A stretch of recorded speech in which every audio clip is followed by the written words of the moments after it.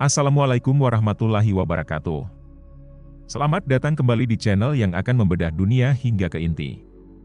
Di mana pada kesempatan kali ini kita akan membahas tentang negara Maroko.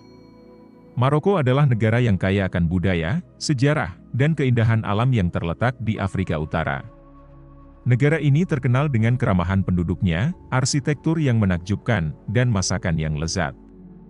Maroko juga merupakan negara Islam dengan 2 ibu kota dan bahkan negara tertua di Afrika. Untuk mengetahui lebih lanjut tentang Maroko, mari simak video ini bersama.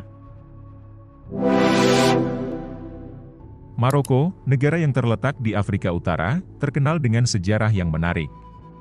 Namun, tahukah Anda bahwa Maroko memiliki 2 ibu kota? Ya, benar sekali, Maroko memiliki 2 ibu kota yang memainkan peran penting dalam menjalankan negara ini, yaitu Rabat dan Casablanca. Rabat, yang terletak di tepi Samudra Atlantik, telah menjadi ibu kota administratif Maroko sejak tahun 1912.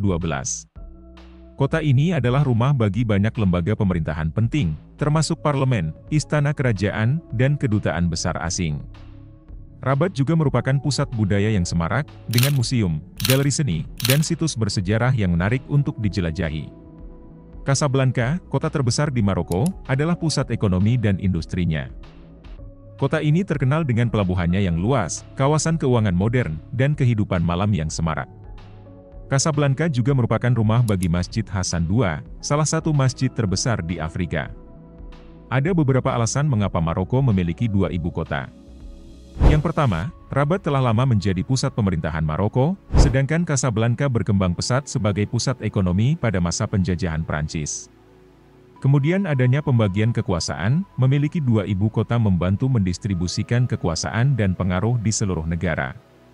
Selain itu, ada identitas regional di mana Rabat mewakili identitas Maroko tradisional, sedangkan Casablanca mewakili modernitas dan kosmopolitanisme. Pernyataan bahwa Maroko didirikan oleh keturunan Nabi Muhammad SAW mengandung unsur kebenaran, namun perlu diluruskan untuk memberikan pemahaman yang lebih akurat. Pada tahun 789 Masehi, Idris ibn Abdullah, cicit Nabi Muhammad SAW, mendirikan kerajaan Idrisid di Maroko Utara. Kerajaan ini dianggap sebagai negara Islam pertama di Maroko dan meletakkan dasar bagi penyatuan Maroko di masa depan. Setelah runtuhnya Idrisiyah, Maroko diperintah oleh berbagai dinasti, seperti Almoravid, Almohad, dan Marinid. Dinasti-dinasti ini mencapai kejayaan besar dan memperluas wilayah Maroko ke Spanyol dan Afrika Barat.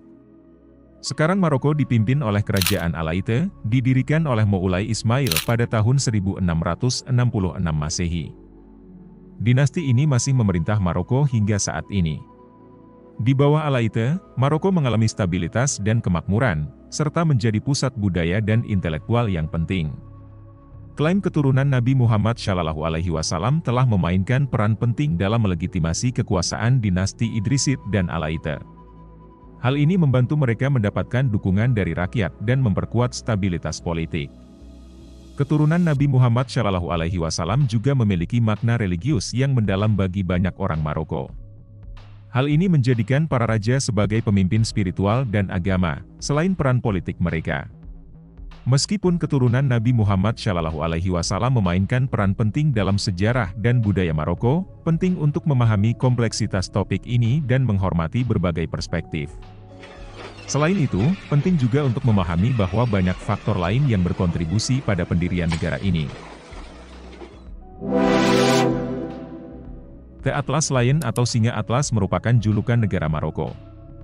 Julukan ini bermula sebab Maroko merupakan negara yang memiliki hewan langka yakni singa luar biasa yang dalam bahasa Inggris disebut sebagai barbari atau atlas.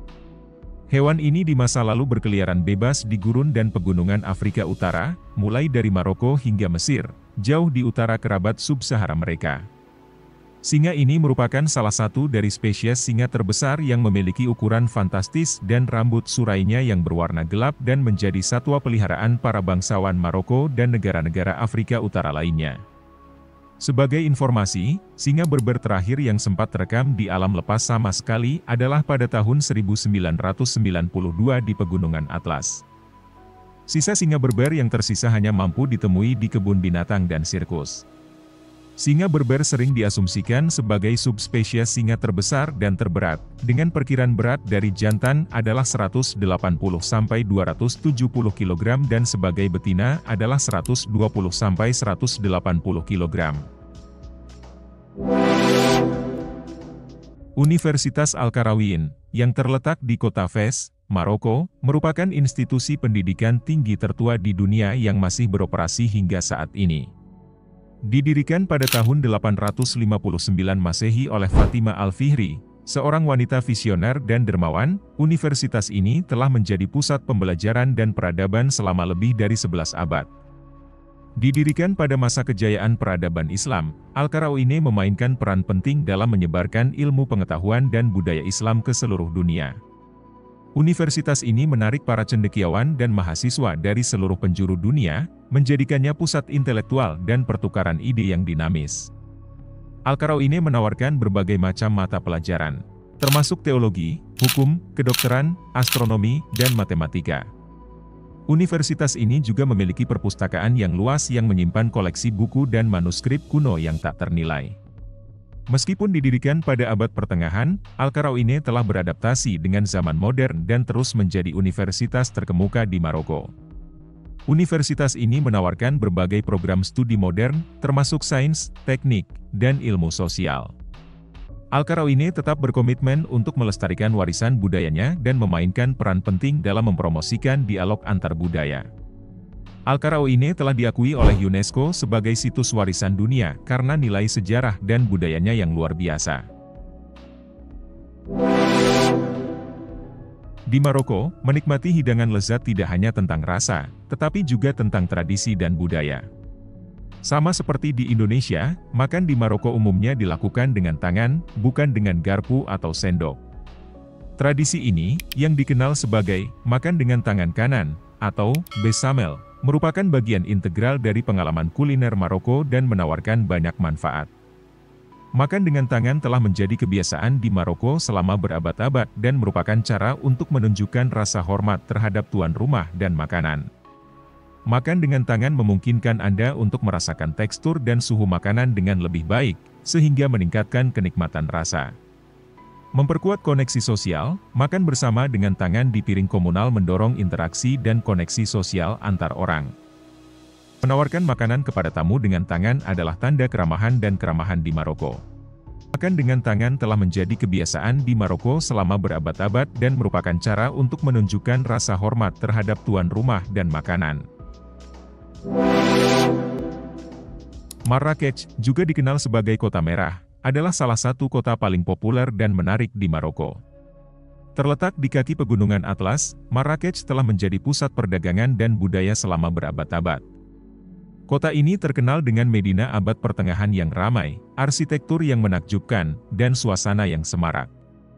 Jantung kota Marrakech adalah Medinanya yang luas, situs warisan dunia UNESCO.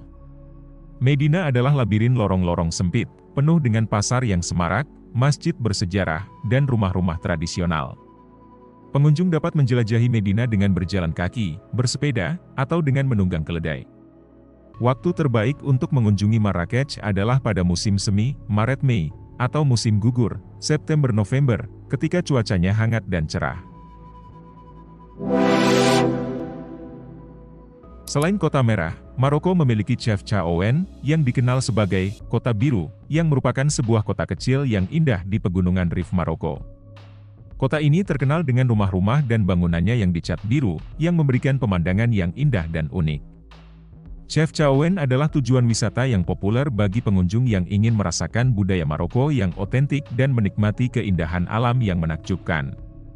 Chefchaouen didirikan pada tahun 1471 oleh pengungsi Yahudi dan Moor dari Spanyol. Mereka memilih warna biru untuk mengecat rumah mereka karena dipercaya memiliki kekuatan magis untuk menangkal roh jahat dan membawa ketenangan. Tradisi mengecat rumah dengan warna biru terus berlanjut hingga saat ini, dan telah menjadi simbol ikonik Chefchaouen. Jika ke sana jangan lupa untuk berkunjung ke Medina Chefchaouen. Medina Chefchaouen adalah labirin jalan-jalan sempit dan lorong-lorong yang indah. Pengunjung dapat menjelajahi Medina dengan berjalan kaki, bersepeda, atau dengan menunggang keledai. Di Medina, Anda dapat menemukan berbagai toko yang menjual barang-barang tradisional, seperti perhiasan, karpet, dan kulit. Chefchaouen dan Marrakech adalah kota yang indah dan damai yang menawarkan pengalaman yang tak terlupakan bagi wisatawan. Dengan menjelajahi Medinanya yang berwarna-warni, mengagumi pemandangan pegunungan yang menakjubkan, dan mengalami keramahan penduduk setempat, Anda akan mendapatkan pemahaman yang lebih dalam tentang budaya Maroko yang kaya.